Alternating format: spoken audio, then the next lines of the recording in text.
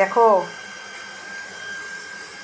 আমাদের এখানে জলের বন্যা হয়ে যাওয়ার ফলে রূপসীদের সব দুটো গোপাল আমাদের বাড়িতে চলে এসছে। ওদের ঠাকুরঘর একদম জলের তলায়। তো আমার ঠাকুরঘরে নিয়ে এসে বসিয়ে রেখে দিয়েছে ওর দুটো, আমার এই যে বড় গোপাল, ওই যে ছোট গোপাল। আজ রাখি পূর্ণিমা, তো বললো কাকি এখানে ভালো করে ঠাকুর দিয়ে। আমি হ্যাঁ দাও।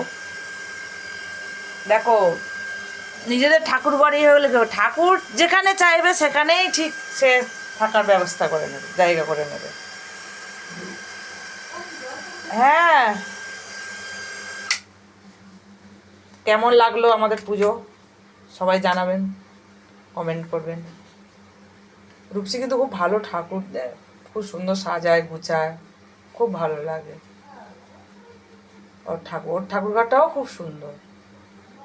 হ্যাঁ, ওর ঠাকুরঘর একদিন ভিডিও আমি করে সবাইকে দেখাবো। আমাদের ছোট্টর মধ্যে যেমন সাজিয়ে গুছিয়ে রাখি। কার কেমন লাগলো সবাই জানাবে, ঠিক আছে।